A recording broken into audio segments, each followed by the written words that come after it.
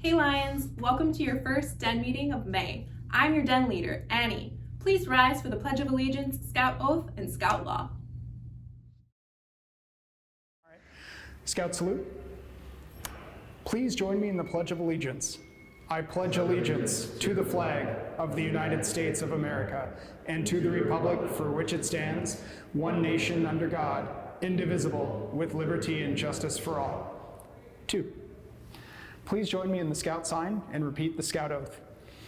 On my honor, I will do my best to do my duty to God and my country and to obey the Scout law, to help other people at all times, to keep myself physically strong, mentally awake, and morally straight.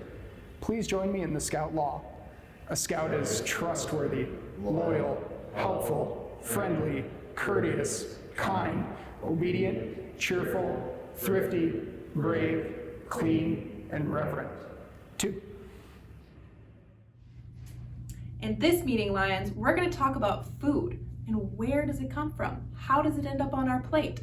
Also, have you ever wondered where chocolate comes from? We're going to find out today, so stay tuned. Hey Lions, are you ever feeling kind of like you need a snack or something? I know I'm feeling kind of hungry, but I don't have anything to eat. Whoa, where did that come from? I wonder if I have any friends that might want to share some of this food with me. Whoa, hey guys. Hey Ben. Hey Lions. So I've got some food here. Maybe we can talk a little bit about where some of these types of food come from.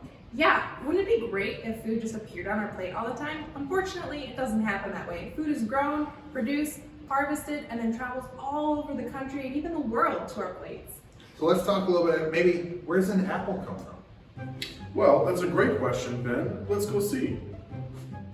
So apples actually come from a tree, and they start out as a seed, and then they grow into a relatively small tree when you look at other trees. And then these trees can become orchards. So we can go to apple orchards. There's tons in Minnesota. You can walk right up to the tree, grab an apple, and take a bite. Yeah, and even if you ever see a wild apple tree, the apples on them will actually be really small because those are original apples. Original apples are actually very small, and we've grown them and manipulated them to make them bigger to fit in our nice big hands.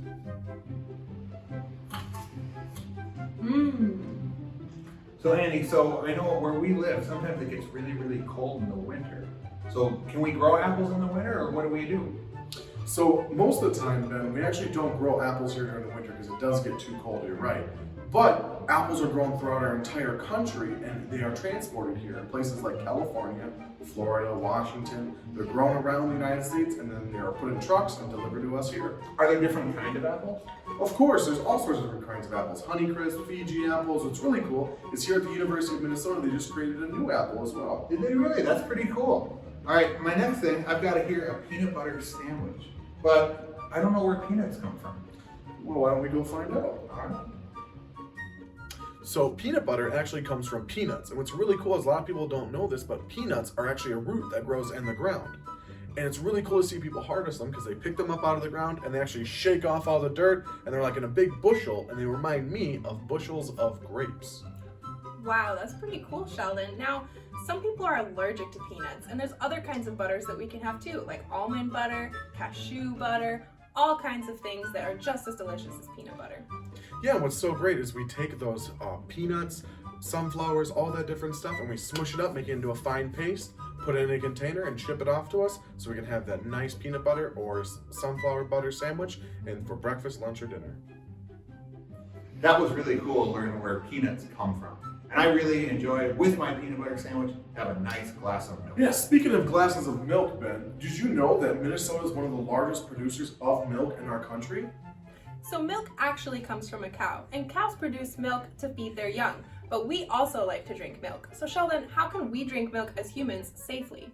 So what we like to do is we like to get the milk from the udders of the cow with a special machine. Now we do this because we can't actually go up to a cow and just drink straight from their udders. Once we get that milk out of their udders, we go ahead and what's called pasteurization, which is where we get rid of all those really bad bacteria inside of there that our stomachs can't handle. A lot of the times, baby cows can handle it, but our stomachs are different. So we want to get rid of all that bad bacteria and put a couple vitamins in there as well for us, so that way we can get nice and strong and get those really good, healthy bones. Sheldon, I was gonna drink that.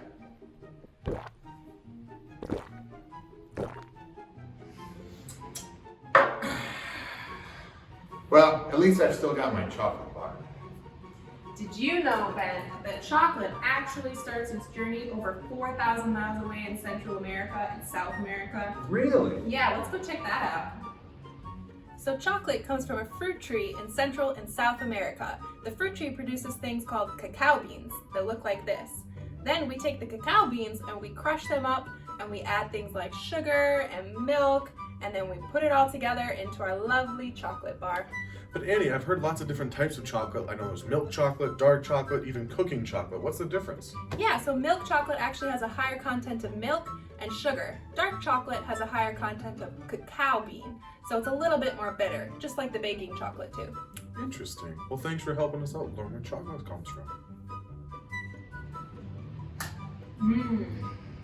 So you said chocolate is like a fruit, right? Does that mean healthy for us? Well, not really, Ben, because chocolate has to go through a refinement process that adds tons of sugar, so it's not really that healthy for us. But if you look on my packaging here, it even says from bean to bar. That's pretty cool. Yeah. So thanks for teaching me a little bit about some of the different foods we eat. And maybe if you want to learn about some of the food that you eat, where it comes from, a lot of the packaging might have a little bit of a story on how far it had to travel to get to where it needs to be. Yeah, awesome. So thanks, Lions, for joining us on learning about where food comes from and how it gets to our plate. We'll see you next time. Hey Lions, today we learned about where food comes from and the different kind of foods that are grown right here in Minnesota. Also, it was pretty cool that we learned that chocolate comes from the cacao bean. Next time, we're gonna head to the conservatory and look at some really cool plants. See you there.